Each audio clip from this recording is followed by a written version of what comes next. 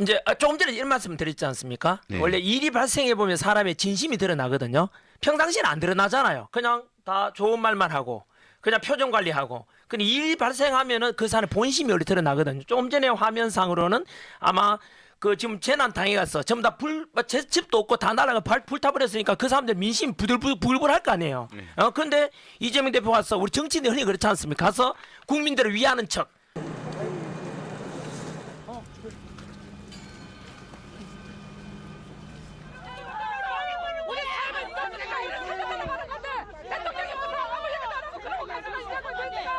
그죠? 물론 진심이 담길 수도 있겠지만은 저보고도 있자 그런 요청이 있었어요. 전학 선생님 불 끄는 데 가서 한번 가봐야 되지 않겠냐 하길래 저는 못 간다. 왜냐하면 나는 사인적으로 형식 이런 거 싫다고. 예? 절대 나는 그런 의식 이런 거 싫어하거든요.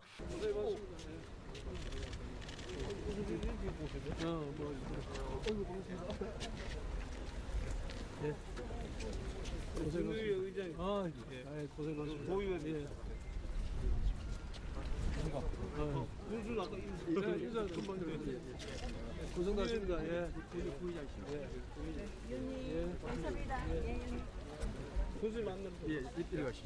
그 사람들한테 실제로 도움 되려면 가서 불을 꺼야 돼요. 불을 꺼주는 게 진짜 실제로 도움 되는 건데 가서 그냥 쳐다보고 용기 내서 힘내세요. 이거는요. 그러면 그 재산 다 날아가고 불탄 사람이 심정이 어떻겠어요? 야, 뭐하러 왔냐? 왜 왔냐? 왜 왔냐? 이게 심정일 거예요.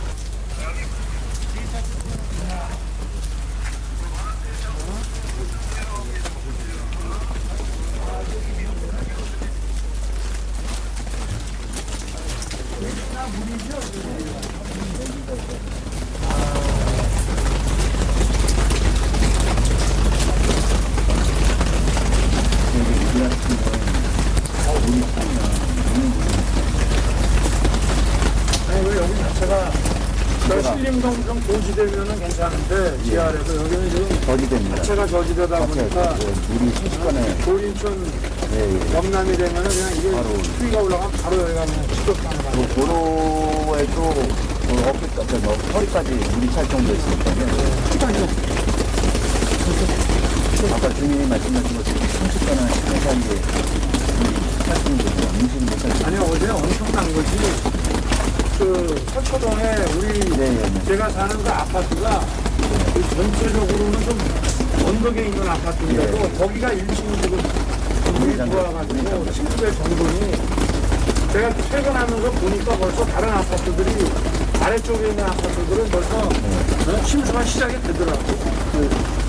그러니까 뿐만 아니라 그 밑에 또 아니 그러니까 제가 있는 아파트가 약간 언덕에 있잖아요. 그런데도 그 정도니 차가 막혀가지고 운행이 안 되고.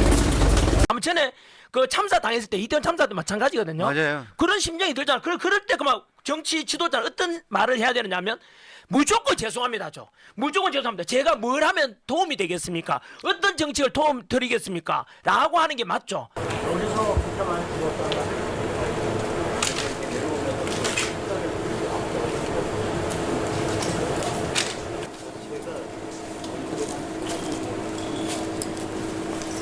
그럼 여기에 이놈은 얼마나 있었길래 여기서 몇십 년이 4년 라인 저쪽 최신지 않습니까? 바닥에 거기서부터 5.7m 안에서 사망자가 다 나왔습니다.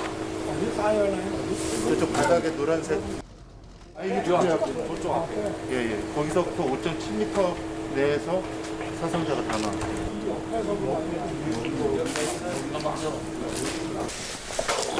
여기서도 내려가는 골목이 저기인가요? CPR을 저희가 앞사? 우리가 아까 거기 아까 류진탕이 몇 개 있어요. 사고 직전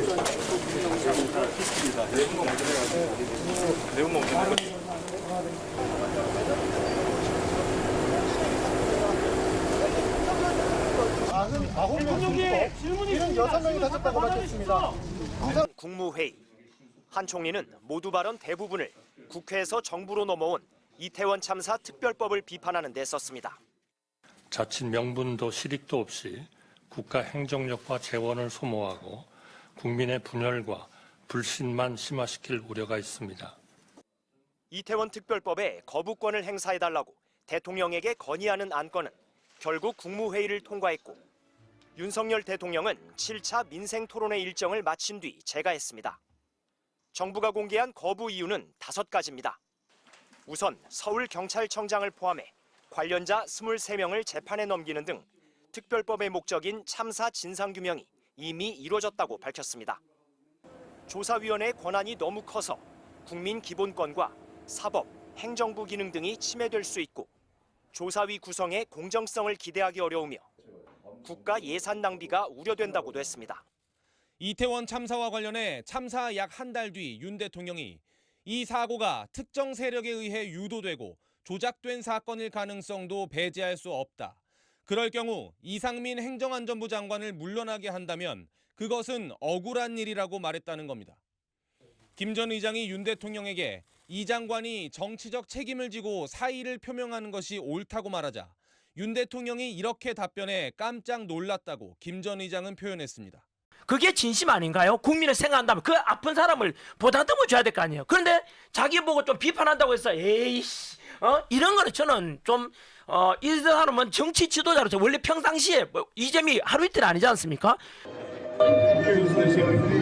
승인 안 해주고 만들면 쪽팔려서 혼잣말로 욕설하는 이런 모습들이 좀 잡혔는데요. 잠깐 한번 보고 가시죠.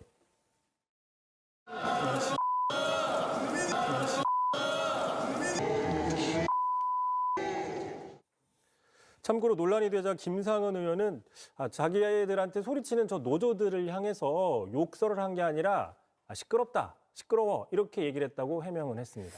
뿐만 아니죠. 또 뭐 박근혜 대통령 보고 내가 존경한다고 했더니 진짜 존경하는 줄 알더라. 뭐 이런 말이 늘늘 달라지지 않아. 진심이 하나도 없는 것 같아. 진정성이. 탄핵 심판 6차 변론에서 자신은 인원이라는 단어를 사용하지 않는다고 주장했습니다. 그런데 불과 1분 15초 뒤 자신의 말이 거짓말이라는 걸 스스로 입증합니다. 관련 영상 잠시 보겠습니다. 인원이라고 얘기했다고 하는데 저는 그냥 사람이라는 이런 표현을 놔두고 또 의원이면 의원이지 인원이라는 말을 저는 써본 적이 없습니다. 그런데 당시에 이제 국회 본관을 거점으로 확보해서 이제 불필요한 인원을 통제한다는 목적으로 들어갔는데 그 안에는 약 15명, 20명이 안 되는 인원이 들어갔고 밖에도 혼잡할 뿐 아니라 그 안에도 그 7층 건물 안에도 굉장히 많은 인원이 있다는 것을 잘 알고 있습니다. 불필요한 인원을 통제한다는 목적으로 들어갔는데 약 15명, 20명이 안 되는 인원이 들어갔고 밖에도 혼잡할 뿐 아니라 그 안에도 그 7층 건물 안에도 굉장히 많은 인원이 있다는 것을 잘 알고 있습니다. 그럼 평소 지금 일 발생하니까 본심을 또 드러내잖아요. 국민을 완전 거의 저주하듯이 이렇게 욕하고 있잖아요. 이런 걸 저는 옳지 못하다고 생각해요. 그죠? 이재명 입장에서는 화가 나겠죠. 옆에서 자기가 말하려고 하는데 자꾸 옆에서 그죠? 뭐 빨리 불 끄러 가자. 니 뭐 사진 찍으러 왔냐 하니까 이재명 대입장에서는 화가 나는 모양인데 그럼에도 불구하고 그러면 안 돼요. 지도자는 절대 그러면 안 됩니다. 지도자라는 게 뭔데요? 지도자는 언제나 국민의 마음을 알아주고 그 백성들에 있잖아요. 그걸 들어줘야 되잖아. 지도자는 최소한 들어는 줘야 되거든요. 거기다 대놓고 자기 감정으로 막 화나 그러면 안 되죠. 그거는 저는 지도자의 덕목으로 절대 저런 사람은요. 저는 진심으로 저런 사람이 대통령이 되면 안 돼요. 오늘 조선일보 저도 이 칼럼 굉장히 재밌게 봤는데 김창균 칼럼 네. 59분 대통령 이런 얘기 나왔어요. 얘기가 직접 언급이 됐습니다. 이렇게 적었습니다. 문제는 의사소통이 한쪽 방향으로만 흐른다는 점이다. 윤 대통령에게 59분 대통령이라는 탄식조의 별명이 생겼다. 1시간 회의하면 대통령이 59분 동안 혼자 얘기한다는 것이다. 얼마 전부터는 대통령이 화를 내면서 고함 친다는 얘기가 자주 들려온다. 대통령의 강한 자기 확신은 상대방의 입을 닫게 만든다라면서 걱정하는 그런 논조의 글이었습니다. 그러니까요. 대통령께서 이제 말씀하신 것을 제대로 좀 지켰으면 좋겠다. 약속을 지키시라라고 말씀을 드리고 한 가지 부탁하고 싶은 거는 저도 이제 국회에 있을 때 뭐 당대표, 원내대표 모셔봤지만 그분들이 목소리가 좀 높아지거나 표정이 좀 일그러지거나 약간 화내는 모습을 하게 되면은 뭐 보고를 못 해요. 맞아요. 그냥 가서 예, 주실 말씀 있습니까? 받아 적기 바쁘거든요. 음. 왜냐면 무슨 말만 하면 화를 내고 혼나니까 그 소리 듣기 싫잖아요. 그렇죠. 그러니까 그냥 넉넉한 표정으로 들으셨으면 좋겠어요. 보는 시각이 왜 다르냐에 따지면 언론에서 보도하는 걸 사람은 자기가 아는 것만 가지고 판단하잖아요. 예를 들어 MBC만 계속 보는 사람 MBC 보는 시각대로 따라가게 되고 KBS 계속 보고 그래 따라가게 되잖아요. 그렇게 해서 저는 어떤 비상계엄과 탄핵에 대한 똑같은 사안을 두고도 보는 시각이 달라지는 언론 영향이 굉장히 크다 생각하고 그래서 제가 올바른 보도하려고 언론사 만든 것도 그런 취지고요. 윤 대통령이 지지율 추락 후 극우 유튜브에 빠졌으며 정치인들이 쓰지 않는 반국가 세력이란 용어를 자주 사용한 점에도 주목했습니다. 또 전직 장관들이 유튜브만 보지 말고 주요 언론의 논조에 주의를 기울여야 한다고 조언하면 윤 대통령이 큰 소리로 호통을 쳤다고도 보도했습니다. 법정에서 판사가 형을 확정하기 전까지는 무죄 추정의 원칙이 있어요. 이재명 대표가 정과 사범에다가 지금 5개 재판을 받고 있지만 형이 확정되지 않았기 때문에 이재명에 대해서 범죄자라 말하면 안 되잖아요. 네. 그런데 윤석열 대통령은 아직 1심 재판도 선고받은 적이 없어요.